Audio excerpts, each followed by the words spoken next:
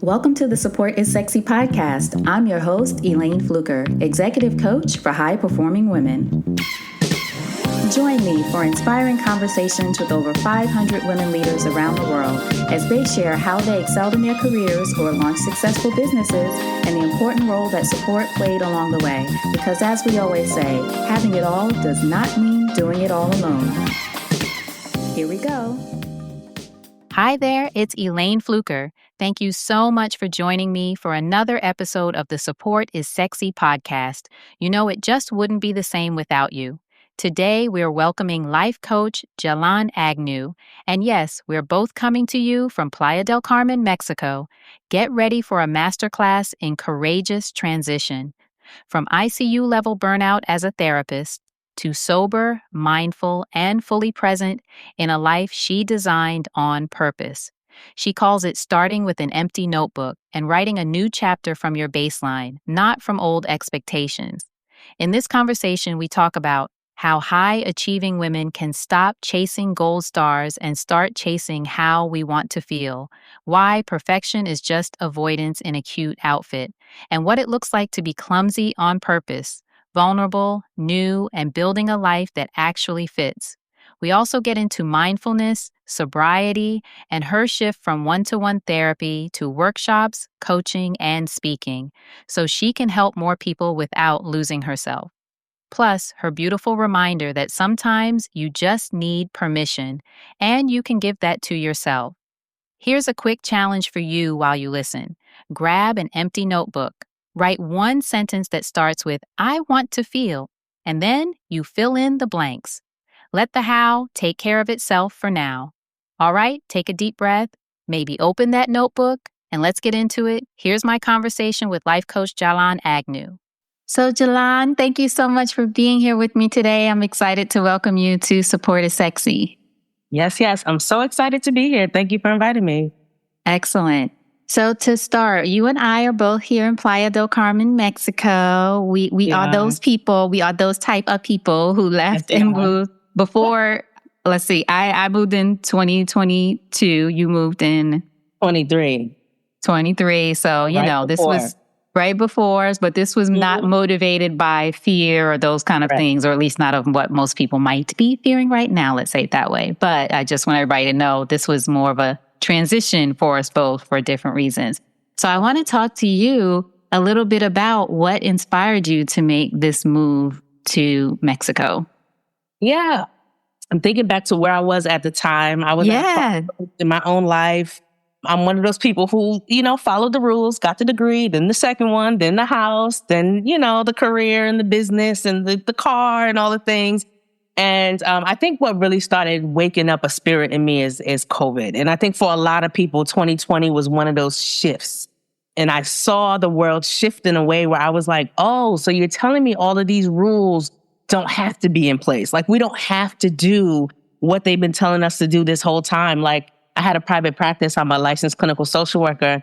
And my practice was in person until 2020 hit and everything went virtual. They were trying to say we couldn't work virtually at the time. So once I saw all the rules kind of breaking down, I was like, okay. And I had this wake up moment where I burned out. Any therapist you speak to who had a private practice or did therapy in 2020, they'll tell you how tough it was. We were taking on the trauma of everything that was going on. And I had a moment where I had a burnout that led me to the ICU.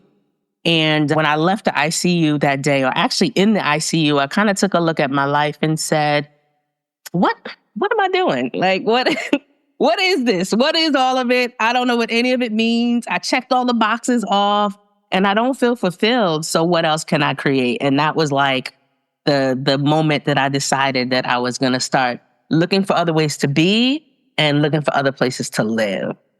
Thank you for sharing that. And I think 2020 certainly was stressful for so many of us for so many reasons. Those of us who thank God survived it. However, to your point, people in any kind of medical services, certainly counselors, just so many certain industries, I should say, were so impacted in ways that those of us who weren't in those industries or who weren't charged essentially with helping people during that time, who were just focused on our own survival or our family and friends, have no idea the level of impact that it had on people. So for you, when you had that moment where, this global incident has happened, maybe that's what it took, because I was, Right. for some of us, like you said, you're checking the boxes. So you got your first degree in what? What was your degree in what topic? Undergrad was psychology and African American studies from Temple University. And then you went and got your master's in social work from UConn University. And then did you go back? Do we have a third time? No, but there's 2 years plus the clinical license exam. Plus the clinical license. Okay. So like you said, we get all the things. We get all the things. 8 years. And then 8 years of all the things. And I don't know about other women. I know Black women love some letters behind the name. You look on LinkedIn, you're like, it's a whole alphabet up there. It sure is. Which is beautiful and great and wonderful. Yeah. To the point that you made, though, still sometimes nothing's against that, but what is that fulfilling, or is that the thing that's really going to fulfill you, or even just the work, of course, the accomplishment of doing it is wonderful, but you have to have those moments where you have a conversation with yourself, hopefully not caused by something as catastrophic as a pandemic, but it sounds like you was sat down for a while. Like I was sad. You was sat down. You got sad. You had to think about it. I had to. And I am an overachiever by nature. So at the time of my burnout, I was a homeowner, a landlord. I had tenants. I was running my private practice full time. I was also teaching at a university, and I was also in real estate school. So during a pandemic, and when I tell the story, people be looking at me like, "What were you doing?" And this. You were doing what you do, what we do. This is what you do. If the pandemic didn't happen, do you think you would have slowed down maybe at some point? But do you think around that time anything would have stopped you, or would you kept maintaining? I might have kept going, to be honest. I might have kept going if it wasn't for the pandemic, and if it wasn't for my body sound. I would have probably been going at the same pace that I was going, if not more. But I got sat, and that's the message that I want to give anybody watching this, is you have the option to make a choice before you get sat. And that getting sat down, that could be physical health, that could be mental health, that could be a range of things. But I think as Black women, I love us, high achieving women, and specifically Black women, we think we're invincible. We think it's just going to last forever. We think we can keep going. We like to brag about how much we do and how much we work. But when your body start shutting down, there's nothing you can do. And that was my reckoning. That was my moment where I was like, I'm literally in this hospital bed. What have I been avoiding about myself and about my life and about my deeper purpose? And what came up for you as answers that led to your ultimate transition, at least a part of your transition that was a move? Because I would imagine things transitioned about how you worked and all those things too. Yeah, I think the biggest thing for me that came up is that I can help people, and it doesn't have to be at the expense of myself. And that was the biggest message that came from me, because the guilt of leaving a social work, leaving that field, I was doing one-on-one therapy, group therapy, leaving that, it brought up guilt for me. But I had to convince myself and reassure myself that I can be helpful in other ways that does not involve listening to trauma all day or involve me taking on, people's stuff. And that was the biggest change for me, having that recognition of help looks different in different ways. Did you go through a point where you had to also, and I asked this because I just had a conversation with a woman early, Dr. Zoe Shaw, who's a psychotherapist, and we were talking about failure, our views of failure, and how we, either rationalize that or deal with that or feel shame around it. So it's just a conversation I recently had, very, very similar. But did you have to go through any sort of mental work or things around, well, if I, for example, close my practice, or if I move, or if I make this change and decide I want to help in a different way, am I, quote unquote, giving up? Am I failing? Which I know a lot of women, in particular in our experience, Black women tend to face. Like, I got to push through. I got to survive. I got to be strong. I got to. Yeah. I did feel some failure. What it felt more like, though, is like, I've been in this field for 20 years. What have I been doing with the 20 years if I go do something else? It felt more like a waste of time. And that was the biggest reckoning of, like, I spent all of my education, work experience, all of this time building up to this. did I waste time? But also, who am I outside of that? Mm-hmm. So tell us the answers. What answers did you come to? Well, where we at now? What happened was, tell us about the transition. It was one of those, I don't know. If anybody's been where I'm talking about, that complete rock bottom. Also, one piece that I didn't say is that I struggled with alcohol. And during the pandemic, that problem just 10x for me. And there'll be studies about health workers during COVID and substance abuse. I'm telling you now, look out for it. So while my alcohol intake was getting out of control, one of the reasons I ended up in the ICU was because of that. So one big thing that shifted the world for me, my experience for me, is when I left the ICU, I never took another drink of alcohol. And what that has shown me till now is, if you think you have a mental health disorder, stop drinking, stop taking substances, and find your baseline. Because a lot of what I thought was mood stuff really had to do with substances. So that was one huge thing for me, of removing alcohol from my human experience. Another piece that came up for me is, it was like I had to reinvent myself. Because everything I had done up until that moment was mental health, social work, mental health, social work. I still get people coming to me now about, am I taking clients right now? So it really became a big part of my identity. So it started with almost, I want people to visualize like an empty notebook. No title, nothing on the front, no picture on the front. It was just empty. And it was like, what do you want to build? What do you want to create? And the first answer was like, I don't know. I don't even know. Right. Let's see. I don't know what happens next. Another big piece for me too was mindfulness. I really got into my mindfulness and meditation practice. And one thing I know is that you're overachieving and you're always moving. You're not very much present in the moment. So being present in the moment helped me to see what things I like to do, where I felt most at peace, what felt aligned. I wasn't paying attention to any of those things before. So having a mindfulness practice really opened up the door to, I kind of like the way this feels. Okay, let me write down what I'm doing right now so I can start to build this into this new life I'm building. So those were two big things. Becoming sober and mindfulness were really two things coupled together that helped me understand what I wanted to build next. Tell me a little bit, you mentioned the importance of knowing your baseline as opposed to mood-related things. What does that mean for those of us who don't know exactly what that might look like? So picture a train going 1,000 miles per hour. If your train is always going at 1,000 miles per hour, your symptoms are probably based on the speed at which you're moving. If you're going that fast, you're not taking care of yourself. You're not being present in the moment. You're probably not eating that well. You're probably not moving around as much as you need to. You're probably not engaging in your hobbies. So when your train stops, first of all, you get whiplash from how fast you were going. Because the first year was like whiplash. But then when the train is stopped, that's when you figure out. It comes down to like, what do I like to eat? Like everything was so routine. Everything was so rote. I was like a zombie just doing the same thing over and over that I had to rediscover. So what I mean by baseline is like the train has stopped. You're not going anywhere. What do you like to eat? What do you like to do? What time does your body actually get tired? What schedule works best for your body? Which one of your friends are in alignment with who you are now and not who you were at, like all of those things. That's what I mean by baseline of just really getting down to the core of who you are in this moment. Because what I recognize too, and this is the work I do with some of my coaching clients, the life that we create probably came from a 19 or 20-year-old mind.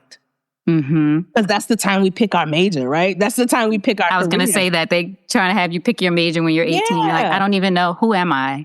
Right. So the life you created is based on a need, a want, desire, or abandonment or lack that you had at 18 or 19. So then you get to 35 and you have a life created from that brain. Your baseline is saying at 35 or whatever age it is, you come to your reckoning, who am I right now?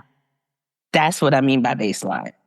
So tell me about the transition from therapy and the ways you were doing it before to how you work with individuals now as a coach. Yeah. So one of the things I recognized about impact is I had to change my definition of impact. That was part of the work I had to do. So I do coaching now, but I also do workshops and trainings. And what I said to myself over and over is, if I can help one person for 1 hour, what if I put 10, 20, 30 of those same people in the room for that same hour? I can have even bigger of an impact. And then I could have the rest of those hours to go home and mind my business and I don't got to talk to anybody. Right. So that gets back to, what do I really want to do? How do I want to spend my time? Right. Back to the empty notebook, right? So that's one of the things I built into my business, is taking my knowledge that I have from the 20 years of being in the mental health field and doing workshops and trainings for leadership teams around mindfulness and the things that I had learned and also the things that I was implementing in my own life. So that was one huge shift in my business that allowed me to make more and work less at the same time. So that was one of the biggest shifts that took place in my business at that time. Yes. So for everyone listening, right now is a good time to pause or take us with you if you're listening on your phone or however you're listening to this. Get an empty notebook or a piece of paper or open your notes at something. And I want everyone to answer any of the questions that Jelan brings up today that she posed to herself of, how am I going about this transition or this journey? Because I think the questions that you're dropping are so valuable, or the reflections. And I'm a big journaler, but even if you're not, anyone who's listening, some people get turned off by the idea of journaling. I can't imagine why, but everybody does it their own way. We're not judging. So get an empty piece of paper or something so that you can write down any of these questions that come up. If you are either maybe going through a transition or some sort of change, you feel like you might be, you want to, sometimes you want to make a change, you don't know. But a lot of us, I think, to your point, don't sort of get to that baseline of, what do I even like? What do I enjoy now? And again, to your point, you might have liked something totally different. Certainly when you were 18, even 5 years ago. I know what I liked before I moved to Mexico, or what I thought I really needed, quote unquote, before I moved here. It has changed a lot since I'm in a different place, energy, people, all those things. So there's a lot of reasons that we change over time. So everybody grab an empty something. Okay, hurry on. Continue to coach us. I know exactly. I got one over here, right here. Exactly. I always jot down something like, that was good. You never know when it's going to hit you. So now, have you found more joy, fulfillment in your work because of the ways that you've transitioned it and looked at what really what's meaningful to you as far as impact and those kinds of things? What have you seen as a difference in how you approach your work now? Yeah, I do feel more joyful. I feel more fulfilled, and that's not because of the impact. That's because of the free time I have. But I still feel in alignment, and I feel it's almost like I got to bring all of the knowledge that I had with me and kind of create something new to share with people. So it feels almost like I've elevated into a different version of myself in my work, but also in my private life as well. And I recognize too, I'm also a speaker, and I recognize too that the energy that I get from audiences really fulfills that need I have in my mind around what it feels like to see the impact in real time. Because that was my thing. If I leave therapy, how am I going to know? Because as a therapist, you get to see the progression. You get to see people build. But I recognize in speaking that you can see those aha moments. And those aha moments are fulfilling as well. So it really just, I feel different about what I have to offer. And I had to give myself permission to be able to offer something different. So I feel joyful, I feel fulfilled, and I also feel more in control of my human experience. Mm-hmm. Do you suggest that anyone listening who, again, is circling transition, whatever that looks like, considering it, wanting to do it, or a lot of people right now are being unfortunately forced to make transitions or figure things out because we're in the midst of, or in the U.S., in the midst of mass layoffs and things like that at the time of this, do you suggest that they start from what do I want to feel as I do this new thing? Or what do I want to, I think, and I ask that because I know for myself, I've been there and I have to remind myself of this. I'm so busy trying to figure out the thing or what is the thing I'm going to do. And then I always say, let go of the how, but I'm guilty too of how am I going to do it, et cetera, as opposed to starting from what do I want to feel, experience, or even I think impact, what do I want other people to feel? Just sort of getting to the emotional things, because I can usually tap into that, then get into all the, ways of how and who and solutions and those kind of things. What do you suggest the method be? Or is it different for everybody? No, I think that's a really good point. In recognizing, and that my brain is going into, I have this whole formula in my mind, but in recognizing that when we go after things, we're not going after the thing, we're going after how we think it's going to make us feel. And that's why so many women end up not fulfilled in their life, because you said house, you said car, you said position, you said title. You got all of those things because you thought they were going to make you feel something. So if we can focus on how we want to feel, then we're not focused on the how, we're focused on the what. And that extends out a little bit this map that we're making of what we want to call in. Because at no time ever in my adult life did I say, I'm going to live in a beach town in Mexico. Ever. Right. I never even knew this existed. But I said I wanted free time. I said I wanted to live in a beach town. I said I wanted to feel safe. I said I wanted community. And somehow I ended up here. So it's almost like I'm grateful I didn't get some of the things I thought I wanted, because I never wanted those things. I wanted how I thought they would make me feel. And because I've been in the mental health field for so long, been a therapist and a coach for so long, I know so many people with every single thing they ever wanted. All the things. All the things. And miserable. Not miserable. Miserable. Okay? You got to put the hyphens in there, okay? Miserable. And that for me was evidence that it's never been about the things. And that some of that is the consumerism piece of America and how it makes us feel that things will make us happy. But yeah, to your point, focus on how you want to feel. And not only that, a step further is focus on how you want to feel, but also spend time doing the things that already make you feel that way right now in your life. Because one thing I know about it, if you can't be grateful and content in the right now, you won't be grateful and content in the future.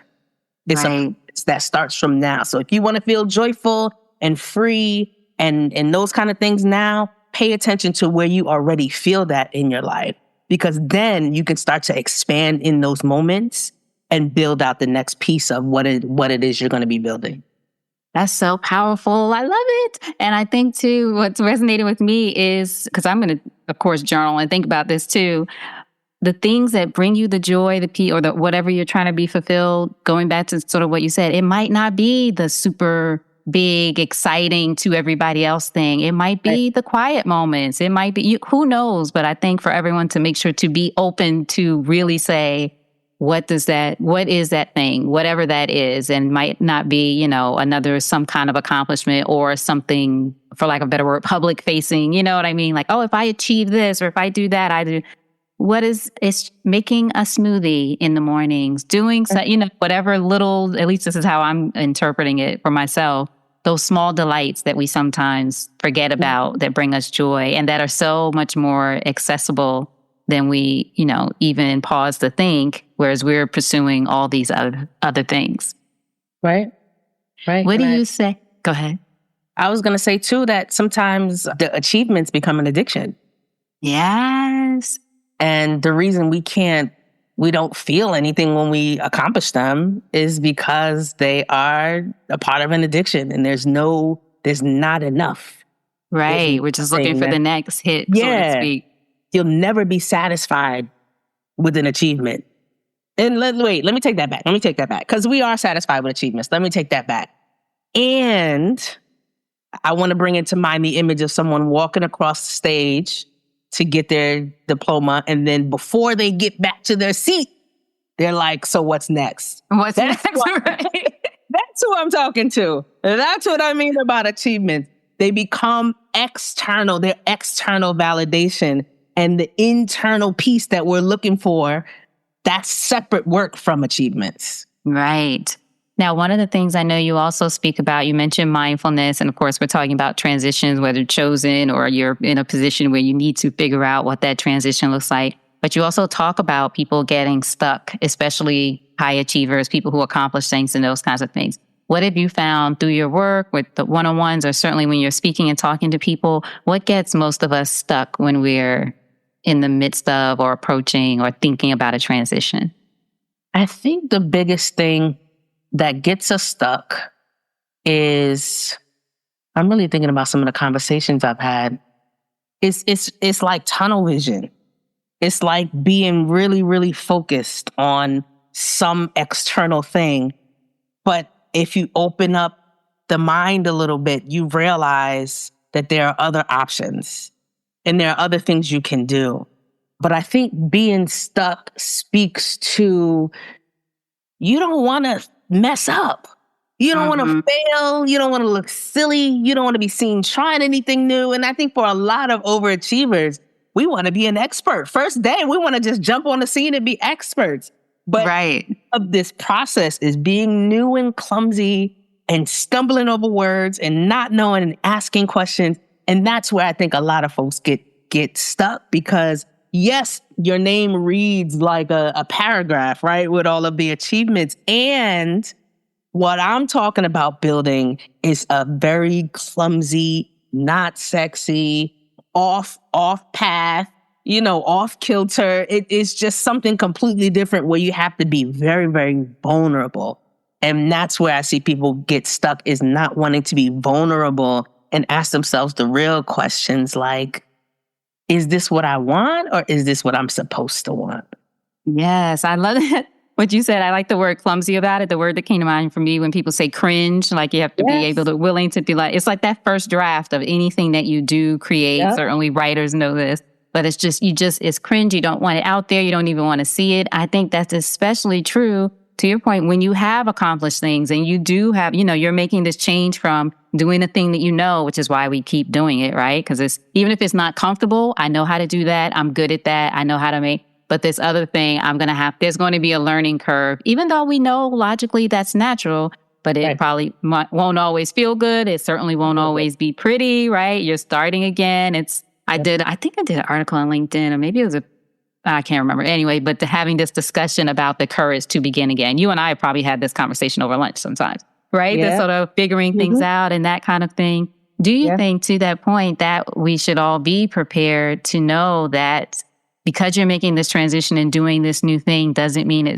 we talked about the cringe part of starting again, but even once you're doing it, and even if you love it and you have those joyful moments, you and I have talked about, it still ain't always pretty. You still be trying to figure things out. I tell people like, that's so wonderful. I'm like, it is. I was like, but if there are days that I cry, at least I do it on the beach. I do it by the pool, but it's still sad, whatever. Like you still make as much of your outcome or your environment, et cetera, what you want it to be. But is that something to keep in mind? You're not looking for perfection. Right. Looking for because perfection is avoidance. Mm-hmm. Ain't no such thing as perfect. So if that's what you're going for, you walking in circles and calling it progress. Right. Now that was a bar. That was a bar. Yes. That was a bar. But no, it's going to be uncomfortable. And even like coming here to Mexico, right? I speak no Spanish. Well, I spoke no Spanish when I got here, right? Learning a new language. Yes. Something simple like that. You're not going to get here and be fluent. You're going to be weird. People are going to laugh at you. You're going to say the wrong word. You're not going to know the word. All of that is exactly what happens when you're building this up. Exactly. That's like I think about when I first came here and I was looking for soap in the store, in the Chedraui, the store here. And I was saying sopa, but that is soup. And the wonderful, lovely woman brought me to the soup. And I was like, no, soap, which is jabones, which I learned. But then now I'm just like, I learned a new word today. Like, that's how you got, right? And I'll never forget that because of the context. I will remember that moment. It wasn't really, embarrassing, but it was a mistake. Like, oops, sorry, that's not what I meant. I was looking it up and all that stuff. But you got to be willing to do that. That's how you learn. This process is like asking for sopa. when you're looking for soap. That is the best way to describe this process. Okay? It's going to be, it's not cute. It is not a cute process. There's nothing cute about it. And you can't rest on who you used to be to gain access to who you want to be. You got to rebuild it. Ooh, that was another bar. That was another bar. You're going to be full of it, exactly. Hopefully you all got your empty notebooks. You write down all these bars. Bars. That's so funny. So what would you say? What's that? No, I said bars on bars on bars. Yeah. Bars on bars on bars. So what would you say for you has been the most rewarding part of your transition process at this point? Yeah. Who are you today? What are you enjoying today? The most rewarding part of my process, and even like I've been here a year and a half, I just restarted this whole cycle again because it took me about a year. The whiplash of being here took me about a year. I discovered I'm a writer. I've been writing since I was a kid. I have at least 100 notebooks of front to back, just my thoughts. And I gave myself permission to be a writer. That would have never happened if I was going 1,000 miles per hour. But it took meditation. And I'm reading this book called The Artist's Way. If anybody wants to touch or back in touch with some aspects of themselves, I read books now. I got time for that. And I don't mean literal time. I mean the space in my mind to receive information. Those are two different things. But the biggest thing is, I recognize I'm a writer, and there are parts of my younger self that have come back out. I used to sing and dance and do poetry, and all of that's coming back out. And that's what I mean about your baseline. It's like some of this process will be rediscovering and recovering. There's a Sankofa. There's a back to self that happens as a part of this process. And you can't do that at 1,000 miles per hour. How did you rediscover your love of writing? Was it through the journal process? Did you write something and think about how it felt? What was the moment of discovery where you remembered yourself essentially? Yeah, it was like, I'm just laughing because this is such a familiar experience, but I'm like, what am I doing? Like, I am always busy, and I'm like, what is even happening? Sitting there, and I'm like, I just want to write. Man, I just want to travel and write. And I'm like, who said that? Why is that not what we're doing then? Right. Why are we not writing? So it was one of those things of, and then I look back at my journals, going back years. I just want to travel and write. I just want to travel and write. And I'm like, it's been there the whole time, but there's a level of permission that I've been able to give myself through this process where when things come up, desires come up, I take them more seriously. I feel like part of this process is the 5-year-old version of me. She gets a say now, and she want to write and travel. You want to write, and she's been telling you for the past few years. She's been telling you. She's been telling me that for all these years. And now I'm finally like, okay, what do you want, younger Jelan? And she's like, I want to write and travel. And I'm like, wow, okay. So how do we create the version of me that does that? Not how do we do it? Hello, somebody. How do we create the version of me that does that? So I started writing. And it starts small, right? I write a weekly newsletter on LinkedIn, and then I write the emails for my email list. And I take my time and do it, and I really sit and think about it. So that creates a process or a pattern of writing every week. Am I writing prize-winning stuff? Probably not, but that's not the point. The point is to create the muscle of writing. Writers write. That's what they say. Writers write, whatever it is. Have you read The War of Art by Stephen Pressfield? Highly recommend it. Yes. Talks about writing and resistance around writing and those kinds of things. No, I love the idea too of what you said of looking at giving your younger self permission to, she already showed up, and giving yourself, I guess more so your older self, the permission to listen and the will to be open to it. One of the conversations I had very early on in my podcast process, I talk about this woman, Patricia Moreno, who sadly is no longer with us. But I wrote about her in my book, and I just loved her conversation with her. This is back in 2016. She talked about the importance of living the question. So to the point of what you said, what do I do as a writer? Who do I become to be a writer, et cetera? And she talks about in her own journey of just she didn't know, quote unquote, the how to do this particular thing. She was building this fitness brand, and she was just like, okay, I'm just going to live this question. She was going about, but it was, on her mind, thinking about it, which is different, everyone, from worrying about something, as opposed to, hey, I want to be open to receiving how this shows up. And I have used that practice again and again and again. And it's not even surprising anymore. It's just gratifying at this point when things show up, or you're having a conversation and something will come, or someone will be, you never know where it's going to come from, who it's going to, or from whom it will come. You just don't know. You'll see something, you'll hear. I mean, now our phones are listening. You'll get an ad for whatever it is.